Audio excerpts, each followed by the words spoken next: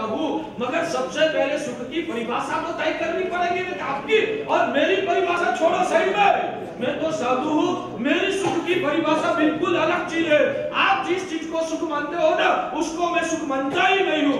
इसलिए आप जिसको सुख मानते हो ना, वो तो मैंने कब से भगा दिया है और मैं आज आपसे भी ज्यादा मस्ती महसूस कर रहा हूँ। परमानंद में मैं झेलता हूँ, मजाक करता हूँ। वास्तव में आपके जैसी कोई भौतिक सामग्रियां आज मेरे पास नहीं है।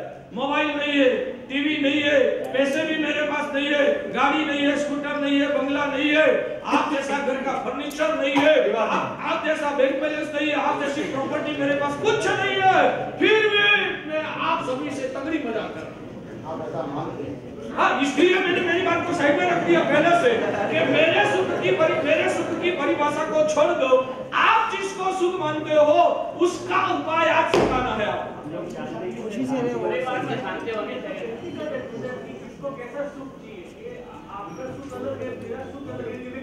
सभी की सुख के लिए दौड़ एक ही दिशा में है। आप सभी की सुख के लिए दौड़ एक ही दिशा में है। सुख की व्याख्या आप सभी की है, आप सभी की। आपको मैं अभी पूछूंगा ना, एक बात समझो कि थियोरिकली चर्चा करना एक अलग बात है, वास्तविक आप लोगों की मान्यता वो अलग चीज है। आप लोगों ने भौतिक समृद्धियों में ही सुख माना है। और जब भी मैं आपसे पूछ रहा हूं ना, बिल्कुल खानगी में यहाँ अक्की पेट में सुखी कौन, तो आप पेशादार वालों का ही नाम दोगे। यानी कि आप सभी की परिभाषा एक ही है। भौतिक अनुकूल समृद्धि जितनी ज्यादा उतना सुख, भौतिक समृद्धि में जितनी कमी, वो भले अंदर से खुश रहता हो फिर भी आपकी परिभाषा में वो गरीब और दुखी गिना जाएगा। यही मिथ्यात्व है। भगवान अरिहंत प्रभु ने जो धर्म मार्ग बताया है, उसका ये बेसिक सिद्धांत है कि भौतिक समृद्धि को सुख मानना वो पागलता है, अंदर की मस्ती को ही सुख गिनना वो वास्तविक सत्य है। ये भगवान अरिहंत प्रभु की व्याख्या है। तो सबसे पहले जिस विषय को समझना है ना, उस विषय में हमें कुछ तो क्लियर होना होगा कि हमारी सुख की परिभाषा क्या है। हमारी यानी कि आप संसारियों की। मेरी व्याख्या में तो ये भौतिक चीजें आती ही नहीं है। मेरी परिभाषा में तो अंदर से तृष्णा खत्म हो जाए, इंद्रियों के विषयों की वासना खत्म हो जाए, अंदर का अहंकार पिघल जाए और जीव समता के परिणामों में जब मग्न हो जाए, तब ही अंदर का परमानंद का सुख उजागर होता है। वो ही सच्चा सुख है। यही हमारी सुख की परिभाषा है। इस प्रकार के सुख का हमको अंदर में अभिलाष है और वो सुख पाने के लिए दृढ़ निर्धार हमने कर लिया है। और वो पाने के लिए जो भी करना पड़े वो करने के लिए हमने हमारा मन को संकल्प से मजबूत बना दिया है। इसलिए हमने माना हुआ सुख को पाने की दिशा में हमने हमारा रास्ता पकड़ लिया है। हमारी बात अलग है। आपकी परिभाषा में आप जिसको भी सुख मानते हो ना, आप जिसको सुख मानते हो वैसा सुख का उपाय आज मैं आपको बताऊंगा, क्योंकि आपको भी सुखी करना है। आप जिसको सुख मानते हो उस सुख का रास्ता मैं बताऊंगा। गाड़ी वाड़ी लाड़ी ओके, आपकी अच्छा मैं वही रास्ता सिखाऊंगा। मन की संतृप्ति, मन की संतृप्ति तो आप हमारे पक्ष में मन की शांति तृप्ति वही सुख आप गिनोगे तो आप हमारे पक्ष में आ गए। हमारे पक्ष में आ गए तो आपका दर्जा तो ऊंचा है, तो आपका लेवल की बात बाद में करूंगा। अभी तो निम्न स्तर पे बैठो। भौतिक गाड़ी वाड़ी लाड़ी ही सुख है, वैसा जो लोग मानता है उनके लेवल में। आपको पता है, मुझे बराबर याद मेरा बचपन का था। जब मैं छोटा था, कितना 2 साल का, 2.5 साल का, 3 साल, मैं जब 3 साल, और मम्मी थी ना, हमारी अंगुली पकड़ के हमको चलाने का सिखाया। मम्मी थी, वो मम्मी की हाइट कितनी? 5-6 फुट। मम्मी की हाइट 5-6 फुट की, और हमारी 2 साल का 3 साल का बच्चा की हाइट कितनी? 1.5 फुट की। कितनी होगी? 1.5 फुट। अच्छा, मम्मी की अंगुली पकड़ के चलना है तो मम्मी क्या करेगी? मम्मी झुक जाएगी। क्यों झुकेगी? बच्चा की अंगुली पकड़ के चला रहा है तो मम्मी झुक जाएगी तो क्या मम्मी की हाइट कम हो जाती है? मम्मी झुक जाती है तो मम्मी की हाइट कम हो जाती है ना। हैं ना, तो भी मम्मी की हाइट कभी कम नहीं होती है, मम्मी की हाइट तो उतनी ही रहती। आप सब 3 साल के बच्चे, इसलिए आपकी ये भूमिका है कि आपको गाड़ी वाड़ी लाड़ी का सुख चाहिए। मैं तो अध्यात्म का यात्री, मैं तो मोक्ष मार्ग की ही पसंद करने वाला हूं, मगर ऊपर बैठा हूं, ऊपर से नीचे क्यों आया? आपकी अंगुली पकड़ के चलना है तो मुझे झुकना पड़ेगा, आपकी अंगुली पकड़ के चलना है तो मुझे खुद को झुकना पड़ेगा। इसलिए मैं मेरे ऊपर की बैठक छोड़ के नीचे आ, और मेरा अध्यात्म का लेवल है, मेरी वही यात्रा है। फिर भी आपकी भूमिका को दिखकर आपको भी संभाल के आगे चलाना है और धीरे धीरे आपको बड़ा बनाना है। इसलिए आपके लेवल की बात करता हूं, और वो लेवल की बात हमारे वहां सर्वज्ञ भगवान अरिहंत प्रभु ने भी बताया है कि सामने वाले जीव की भूमिका के अनुसार धर्म का उपदेश देना चाहिए। सामने वाले जीवों की भूमिका को भूलकर खुद की भूमिका के अनुसार देशना देता है ने, वो उत्सूत्र भाषी तो नहीं कहा जाता है, मगर विरुद्ध देशना देने वाला है, विरुद्ध देशना देने वाला। यानी कि आज हर रोज का प्रवचन का विषय से आज का लेवल नीचे उठा है, क्योंकि बिल्कुल नए नए जीवों को भी धर्म की रुचि उजागर करके उनकी आत्मा को ऊंचे उठाना है। तो तत्काल में मैं चारित्र धर्म की दीक्षा की बात करूंगा। दीक्षा लेने जैसा है, क्या हालत होगी? वो लोग कल से उपासना में आने का भी बंद कर देगा। तो दीक्षा का उपदेश देने वाला विराधक है, हरीश भाई, दीक्षा का उपदेश देने वाला विराधक। अभी आज के समय में, आज के दिन, कल सोमवार का दिन के प्रवचन का विषय अलग होगा, मगर आज संडे के दिन मैं दीक्षा की बात करूंगा ना। बोलो, दीक्षा की बात करना वो मार्गस्थ देशना कही जाएगी या उन्मार्ग देशना कही जाएगी? दीक्षा का उपदेश देना वो मार्गस्थ देशना है या उन्मार्ग देशना है? भाग्यशाली। तो द्रव्य क्षेत्र काल भाव समझने के बिना ठोकम ठोक करना, हर व्यक्ति के पास दीक्षा की बात करना, वो उन्मार्ग देशना है। भगवान कहते हैं कि सामने वाले जीवों की भूमिका को महत्व नहीं देते हुए अपनी भूमिका के अनुसार ऊपर ऊपर का आध्यात्मिक चारित्र धर्म का उपदेश देना, वो भी शायद एक अपेक्षा से जीव का, गुरु का, उपदेश देने वालों का संसार बढ़ाने वाला हो जाता है।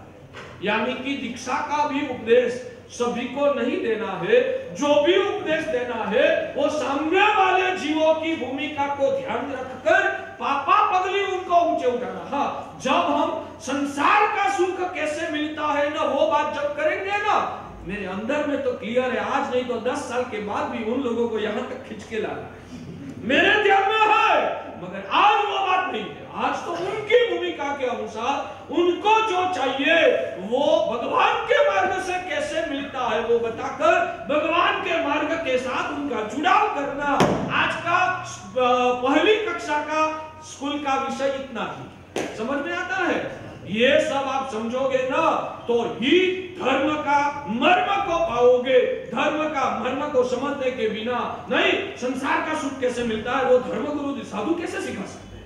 ऐसा करके जो संसार का सुख कैसे मिलता है उस विषय की चर्चा भी नहीं करेगा, तो भगवान कहते हैं कि उनको ये सुधर्मा स्वामी की पाठ पे बैठ के उपदेश देने का अधिकार समझ में आता है? बाबू सर नहीं आता है तो पूछो। गोल तो ये होना चाहिए। हाँ तो गोल है ना, मगर पहले से गोल बताऊंगा तो क्या होगा? आज इन लोगों को बोलूंगा कि कल से आपको प्रतिक्रमण करने के लिए आना है, तो कल से कोई आएगा ही नहीं, तो वो लोग उपासना छोड़ देगा ना। मैं प्रतिक्रमण करने की बात करूंगा तो ये लोग जो उपासना में आने का भी बंद कर देगा। महाराज तो हमारा लेवल की बात नहीं करते, प्रतिक्रमण की बात करते, अपन को पसंद नहीं है। ये लोग उपासना में आने का बंद कर देगा ना, वो पाप मुझे लगेगा। प्रतिक्रमण की बात करने वालों को वो पाप लगेगा। मैं दीक्षा की ही बात करूंगा तो आप कोई आएगा ही नहीं। सच में बताए, मैं आपको हर रोज कहूंगा हरीश भाई दीक्षा ले लो, हरीश भाई दीक्षा ले लो, हरीश भाई कहेंगे ये रोज मेरे महाराज का प्रतिक्रमण कल से लेकर दूसरी जगह पर जाना। सामान्य बात है। उदाहरण गीतार्थ गुरु कौन है आप समझो। सिर्फ एक ही पकड़ लेके सभी के लिए बैठ जाओगे, एक लाकड़ी से कभी भी सभी को नहीं उतार सकते हैं। सभी के लिए दवाइयां एक समान नहीं हो सकती है। हमेशा गीतार्थ गुरु कितना भी महान हो, प्रवचन देने के वक्त श्रोता की भूमिका के अनुसार मार्ग सिखाना। हाँ, वो मार्ग सिखाने के दौरान भी गीतार्थ गुरु का गोल तो वही होता है कि आज नहीं तो कल इनको यहाँ पहुंचाना है। हमारा विजन ठिकाने है। मैं आपको बताऊं, भाग्यशाली सर्दी हो गई है, बच्चा को कड़वी दवाइयां दिया, बच्चा कड़वी दवाइयां खाने के लिए तैयार नहीं है, तो मम्मी क्या करेगी? ये गोली तू ले लेगा ना, मैं तुझे चॉकलेट दिलाऊंगा। कड़वी दवाइयां तू ले लेगा ना, तो मैं तुझे चॉकलेट दिलाऊंगा। ऐसा करती है मम्मी। अच्छा, मेरा सवाल है, चॉकलेट खाने से क्या होगा? चॉकलेट खाने से क्या होगा? सर्दी बढ़ जाएगी। तो एक गोली, दवाइयां की गोली के लिए मम्मी बच्चा को चॉकलेट की लालच देती है, तो वो सही तरीका है या गलत तरीका? माँ इसको ही कहा जाती है जो बच्चा की भूमिका और बच्चा का भविष्य को समझता है। बच्चा का भविष्य समझने की क्षमता नहीं। डॉक्टर ने बोला कड़वी दवाइयां खानी ही पड़ेगी और बच्चा माँ के आमने सामने आ जाएगा, झगड़ा हो जाएगा, तो ये क्या माँ का सही तरीका या गलत तरीका? समझो, बहुत सारे लोगों की हालत ये हो जाती है, धर्म का एक एंगल से स्वरूप सुना और समझा और उनके दिमाग में बैठ गया ना, उनके दिमाग में ऐसी पकड़ आ जाती है कि गीतार्थ गुरु दूसरे ढंग से सामने वाली जीवों की भूमिका को ध्यान में रखकर जो तरीका अपनाते हैं ना, वो तरीका बचाने की भी ताकत नहीं होती है। वैसे भी कराग्रही लोग धर्म के अंदर में आ जाते हैं ना, वो लोग धर्म को ज्यादा नुकसान कर देते हैं। समझ में आता है मेरी बात? उसका मतलब ये नहीं है कि आपका संसार को ठीक करना है, मुझे बराबर क्लियर है।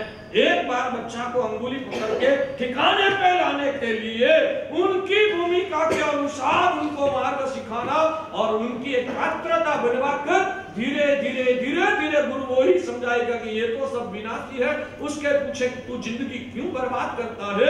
ये दुर्लभ मानव जन्म और जिन शासन मिला है तो आत्म तत्व की साधना कर ले। गुरु आज नहीं 10 साल के बाद उधर ले जाएगा, मगर शुरुआत में वो नहीं बता सकते। शुरुआत तो उनकी भूमिका के अनुसार ही करनी पड़ती है और वो जो ऐसी ये सब बात को समझ सकता है ना, उसको ही गीतार्थ कहते हैं। समझ में आया बच्चा? चलो, तो संसार के मेरा सुख तो अलग ही है, मगर आपकी भूमिका के अनुसार आपने जिसको सुख माना है वो सुख कैसे मिलेगा, मैं उसका रास्ता बताऊंगा।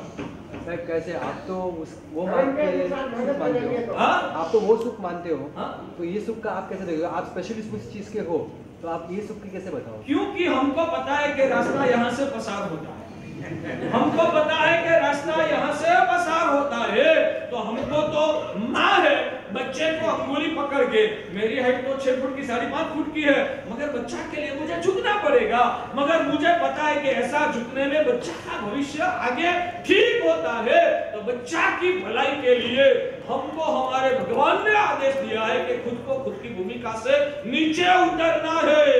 कोई भी साधक आत्मा होता है ना, वो जगत का कल्याण के लिए अपनी भूमिका से व्यवहारिक रूप से भगवान की आज्ञा से वो नीचे आते हैं। हमको हमारे अंदर की दुनिया में ही खेलना है। आपके लिए आपकी बाहर की बातें करने के लिए मुझे क्यों आना? अगर आपकी अंगुली पकड़ के चलना है तो हमें आपकी भूमिका तक नीचे उतरना, वो हमारे भगवान की आज्ञा है। अपेक्षा से उसका अर्थ गलत नहीं होना चाहिए। रहस्य समझो, समझ में आता है क्या बोला? यहाँ से कोई प्रश्न? बात मेहनत से लगी थी, कर्म और मेहनत का जोड़ा है करके हमको पहली क्लास में सिखाया जाता है। कर्म के साथ मेहनत करोगे तो सुख पाओगे, ऐसा सिखाया है। पहली शिक्षा में आप उत्तीर्ण हो गए हैं तो मैं दूसरी कक्षा की बात पहली कक्षा में आप उत्तीर्ण हो चुके हैं तो मैं दूसरी कक्षा की बात करूं। पहले वो खातरी होने दो कि पहली कक्षा में आप क्लियर हो गए हैं या नहीं हुए। आप क्या मानते हैं कि आपने जिसको भौतिक सुख माना है वो सुख का रास्ता आज आपको दिखा। हमारे शास्त्रों में भी भगवान ने लिखा है कि धर्म करने से पुण्य बढ़ता है और पुण्य होता है तो ही भौतिक जगत में जिनको सुख समृद्धि प्राप्त होती है, वैसा शास्त्रों में लिखा। शास्त्रों में महापुरुषों ने, ज्ञानियों ने शास्त्रों में यह लिखा है कि धर्म करने से पुण्य बढ़ता है और पुण्य का उदय होता है, जिनको भौतिक सुख समृद्धि प्राप्त होती है, वैसा शास्त्र में ज्ञानी भगवान ने क्यों लिखा? मैं तो उसका सिर्फ अनुवाद करता हूं, ज्ञानी भगवंतों ने शास्त्र में ऐसा लिखा है, समझ में आता है। तो अब वो बात, अपनी चर्चा का विषय ये है कि आप किसको भौतिक सुख मानते हो? तो भौतिक समृद्धियां वो ही सुख, इतना क्लियर है आपकी भूमिका के अनुसार। ऐसे हमारी व्याख्या अलग है, वो चर्चा अभी नहीं करना है। सबकी अंदर की अनुभूति शांति वो अलग चीज है। बाह्य जगत में आपकी एवरेज दुनिया के भौतिक संसारिक लोगों की परिभाषा एक बार क्लियर करो। भौतिक समृद्धि में बढ़ावा वो सुख, वो व्याख्या आप लोगों को मंजूर है? बक्सर एक बार आप खड़ा करो, पता चले। आप भी खड़ा नहीं करते क्या? नहीं मानते हो तो मना करो। मंजूर है ना आपकी परिभाषा? लास्ट में तो वो भी छोड़ना ही है। ये सब आध्यात्मिक व्याख्या नहीं है, मगर बेसिक सिखा रहा हूं। पहली कक्षा के बच्चों को कॉलेज का पाठ सिखाया जाएगा तो क्या हालत होगी? पहली कक्षा के बच्चों को कॉलेज का पाठ सिखाया जाएगा तो हालत क्या होगी? बच्चा भटक जाएगा। तो आप पहली कक्षा के हैं, मैं ये विषय को लेकर आज प्रवचन करता हूं, तो ऐसा मत मानना कि महाराज साहब ने कॉलेज का विषय को छोड़ दिया। कॉलेज का विषय मैंने छोड़ा नहीं, अध्यात्म का मेरा विषय छोड़ा नहीं है, मगर आप बच्चे हैं, इसलिए आपकी भूमिका के अनुसार मैं आज का प्रवचन कर रहा हूं, बराबर है? तो बात यह है कि सुख की एक परिभाषा तय करो वत्सली, बाद में ही वो सुख किससे मिलता है वो क्लियर होगा। पहले हमें खिचड़ी बनाना है, शीरा बनाना है, गुंदर पाक बनाना है, क्या बनाना है वो तो पहले क्लियर करो। बाद में वो कैसे बनता है, उसमें क्या क्या चीज डालनी पड़ेगी वो दूसरा प्रश्न है, मगर क्या बनाना वो भी क्लियर नहीं है, तो क्या क्या चीज लेना उसका तय कैसे होगा? तो पहले सुख की परिभाषा भागशाली सामने जवाब देने वाले जो भी पुण्यात्मा है, जल्दी से आप बोलो। भौतिक समृद्धि का बढ़ावा वो आपकी परिभाषा का सुख है, पक्का? वो सुख कैसे मिलता है? आप लोगों की जो मान्यता है वो बताओ।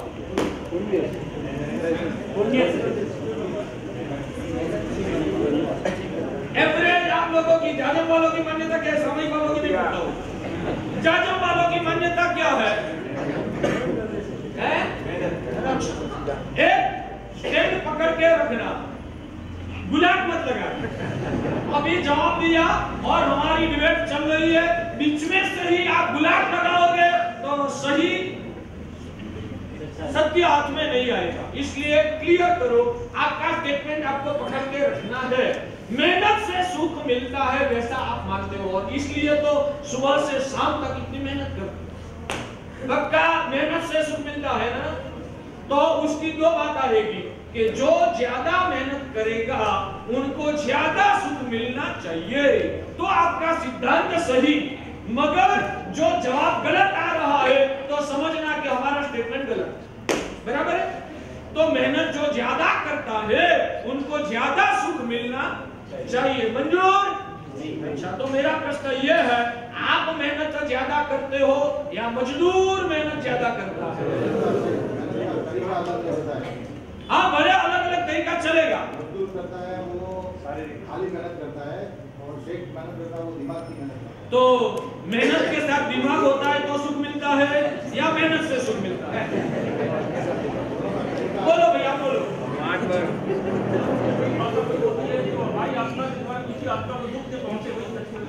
भागशाली 15 मिनट से इस विषय पे चर्चा कर रहा हूँ कि आपकी सुख की परिभाषा पहला तय करो। 15 मिनट तक आप बोले नहीं, एक सुख की परिभाषा तय कर लिया कि भौतिक समृद्धि में बढ़ावा होना वो सुख है, और रह कर आप वापिस मेरे पक्ष में आ गए, तो आपका लेवल ऊंचा है, आपके लिए यह उपदेश नहीं है। जो मेहनत से सुख मानता है उनके लिए अभी चर्चा करना है।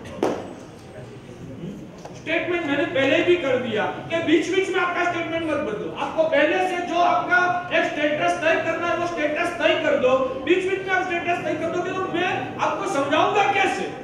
तो एक क्लियर किया कि भाई भौतिक समृद्धि को हम सुख मानते हैं और आप वैसा नहीं मानते हैं फिर, और इसलिए मैं कहूंगा कि बेंगलोर में सुखी कौन, तो आप समृद्धि वालों का ही नाम दोगे, चित्त की समता की अनुभूति वालों का नाम आप भी नहीं देंगे। भले अभी बोलने में कुछ भी बोलो, अंदर में तो आपको भी वही पड़ा है कि गाड़ी बंगला होता है तो सुखी कहा जाता है, गाड़ी बंगला नहीं है और खाने के लिए रोटी भी नहीं मिली, भीख मांगना पड़ता है तो आप उसको आप भी दुखी कहते हो। जो मेरे सामने आपने आत्मा की अनुभूति की बात किया, आपकी बात करता हूँ। आप भी अभी कुछ भी बोलो, आपके अंदर में तो वही पड़ा है कि भौतिक समृद्धि वही सुख है और आपका स्टेटस को पकड़ के रखो, गड़बड़ मत करो। तो समृद्धि या भौतिक सुख, समृद्धि का सुख किससे मिलता है? हमारा जैन परिवार गरीब रहेगा ना, वो हमको भी मंजूर नहीं है। हम सब भूमिका के जीवों को उनकी भूमिका के अनुसार ऊंचे उठाने की कोशिश करते हैं। तो भौतिक समृद्धि किससे मिलती है? फिर से कुछ स्टेटमेंट दे रहे तो दे दो। वो सेकंड नंबर में सिर्फ मेहनत करने वाले का स्टेटमेंट जिन्होंने दिया उनको पूछना है कि आप, मैंने जो बताया उस हिसाब से आपका स्टेटमेंट सही है या आपने आपकी हाथ स्वीकारा? मेहनत करने से सुख मिलता है उतनी ही जब तक बात है, तो मेरा सवाल यह है कि मजदूर मेहनत आपसे भी ज्यादा करते हैं तो उनको आपसे भी ज्यादा सुख मिलना चाहिए। जो सिर्फ मेहनत से सुख मिलता है तो बराबर है, यानी कि सिर्फ मेहनत से सुख मिलता है, वो स्टेटमेंट आपका व्याजबी नहीं है, बराबर है। उस और कोई अलग कारण है, वो अलग कारण क्या है वो हमें ढूंढना है। और अलग था, हाँ बिना मेहनत मिलता है ना। हाँ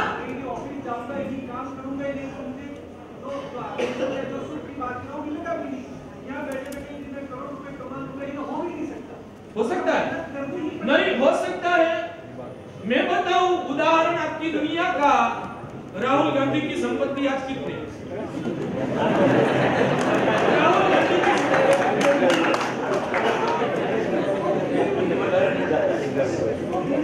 उसको मिली, आपको क्यों नहीं मिली?